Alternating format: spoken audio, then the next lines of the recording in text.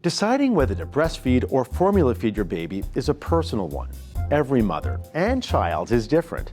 The American Academy of Pediatrics recommends breastfeeding for babies, but for those who are unable to breastfeed, formula feeding is a fantastic alternative. And I always tell mothers, don't feel guilty if you wind up formula feeding. You do what's good for you. There are definitely advantages to breastfeeding, but when you make the decision, there shouldn't be any guilt involved. As I always say, that I was exclusively formula fed and I still turned out to be a doctor and I'm okay. One of the wonderful things about formula feeding is you can always tell how much your baby is eating. When you're leaving the hospital, aim to feed 1 ounce every 3 hours. In the first 4 to 6 months, when the baby is only consuming milk, a simple rule of thumb is to offer 2.5 ounces of formula per pound of body weight each day. So if your baby weighs 10 pounds, 25 ounces a day is a good average.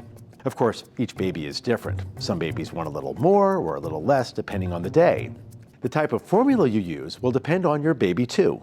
We usually start all babies off with the milk-based formulas, the cow's milk-based formulas. And if they're having some problems, excessive colic, excessive reflux, we might try some that are lactose-free. We might try some that are soy-based, having no lactose and no milk protein. And then if they're still having problems, we might try the ones that are broken down. And there are several that have broken down proteins, whey proteins, and casein proteins. And there are some that are completely elemental amino acid formulas, the babies that are really having allergic type reactions to the standard formulas that are out there. Thankfully, we have a nice array of formulas that we could choose from. And usually you could find the formula that best fits the particular child. All formulas contain specific nutrients in precise amounts that aid in the development of a growing infant. For example, iron. The American Academy of Pediatrics recommends that all healthy babies who aren't breastfed exclusively be given iron-fortified formula until they're 1 year old. It's important that babies receive the minimal recommended amount of iron as it's vital for brain development. Most formulas contain at least 4 milligrams of iron per liter, so there's no need to add anything to formula when preparing it, though you might want to warm it up.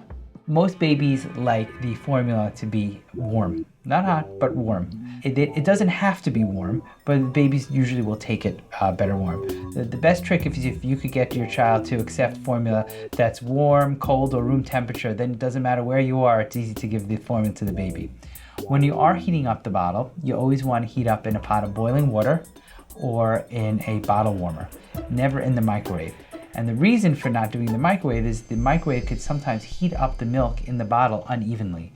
So when you test to see if the temperature of the formula is good or acceptable for the baby, there might be a little pocket of boiling formula right in the center, and the baby could burn his or her tongue.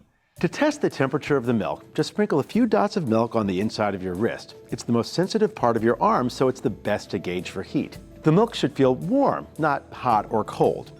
Once you've got the bottle ready, enjoy snuggling with your little guy as he chows down. I'm Dr. Mike Rosen, and you're watching the eHealth Network. Stay healthy.